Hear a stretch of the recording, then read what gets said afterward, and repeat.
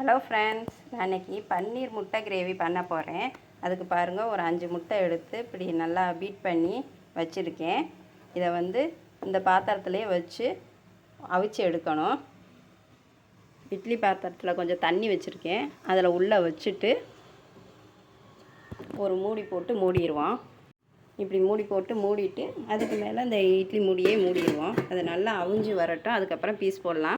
இப்போ பாருங்கள், கிரேவிக்கு ஒரு வெங்காயம் வெட்டி வச்சுருக்கேன், ஒரு பெரிய தக்காளி, ஒரு 5 பச்சை மிளகா வச்சுருக்கேன். இந்த பச்சை மிளகா கொஞ்சம் ரொம்ப காரம் இருக்காது, அதனால் 5 வச்சுருக்கேன். இதை எல்லாத்தையும் சேர்த்து பேஸ்ட்டாக அரைச்சிக்கிடுவோம். பாருங்கள், பேஸ்ட்டாக நல்லா அரைச்சிக்கிட்டாச்சு. இப்போ கடாய் வச்சு எண்ணெய் ஊற்றிக்குவோம். எண்ணெய் ஊற்றியாச்சு. இதில் நல்லா சூடாகிடுச்சு பாருங்கள். இப்போ இதில் கடுகு கொஞ்சம் போட்டுக்கலாம். கடுகு பொரிஞ்சதும் லைட்டாக ஜீரகம் போட்டுக்குவோம். கருவேப்பிலை கொஞ்சம் போட்டுக்கலாம். இதில் நம்ம அரைச்சி வச்சுருக்க பேஸ்ட்டை இதில் ஊற்றிக்கலாம். இப்போ பாருங்கள், இந்த பேஸ்ட்டை ஊற்றியாச்சு. கொஞ்சம் கொதி வரட்டும். இப்போது இதில் ஒரு ஸ்பூன் மிளகாத்தூள் போட்டுக்கிறேன். காரத்துக்கு ஏற்ற மாதிரி போட்டுக்கிறேங்க. மஞ்சள் தூள் 1/2 ஸ்பூன் போட்டுக்கிறேன். போட்டு இதை நல்லா கிண்டி விடுவோம்.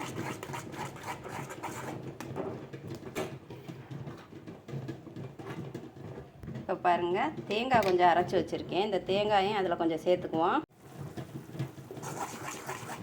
தேங்காயும் கொஞ்சம் சேர்த்துக்கலாம்.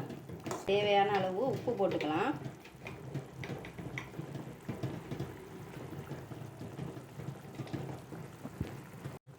கொஞ்சம் தண்ணி ஊற்றிக்கலாம். தேவையான அளவு ஊற்றிக்கலாம். ரொம்ப ஊற்ற வேண்டாம், கிரேவிங்கிறனால கொஞ்சம் கெட்டியாக இருக்கணும். கொஞ்சமாக ஊற்றிட்டு இது ஒரு 10 நிமிஷம் கொதிக்கட்டும். இது கொஞ்சம் இஞ்சி பூண்டு சேர்க்கணும், மறந்துட்டேன். கொஞ்சம் இஞ்சி பூண்டு சேர்த்துக்குவோம். அதையும் சேர்த்து கிளறிவிட்டோன்னா நல்லா வாசனையாக இருக்கும்.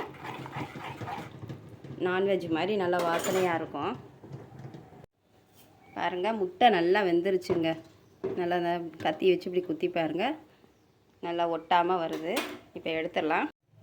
பாருங்கள், இப்படி வச்சு இதிலே பீஸ் போட்டுடலாங்க. பாருங்கள், எல்லாத்தையும் அழகாக பீஸ் போட்டாச்சுங்க. நல்லா வெந்திருக்கு. இதை பார்க்கும்போது பன்னீர் மாதிரியே இருக்குங்க. நல்லா பன்னீரை பீஸ் போட்டு வச்சுப்பாங்களா, அதே மாதிரி இருக்குது. அதான் இது பன்னீர் முட்டை கிரேவிங்க. பாருங்கள், கிரேவி ரெடி ஆயிடுச்சு. இப்போ இதில் நம்ம கட் பண்ணி வச்சுருக்க முட்டையை சேர்த்துக்கலாம்.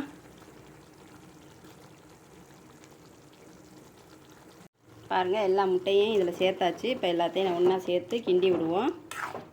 இதை பார்க்கும்போது பன்னீர் மாதிரியே தெரியுது, பன்னீர் கிரேவி மாதிரி. நல்லா சூப்பராக இருக்கும். உடையாமல் லைட்டாக கிண்டி விடுங்க. ஒரு 5 செகண்ட் ஆகட்டும். பாருங்கள், பன்னீர் எக்கு கிரேவி சூப்பராக ரெடி ஆயிடுச்சுங்க. இப்போ ஸ்டவ் ஆஃப் பண்ணிக்கலாம்.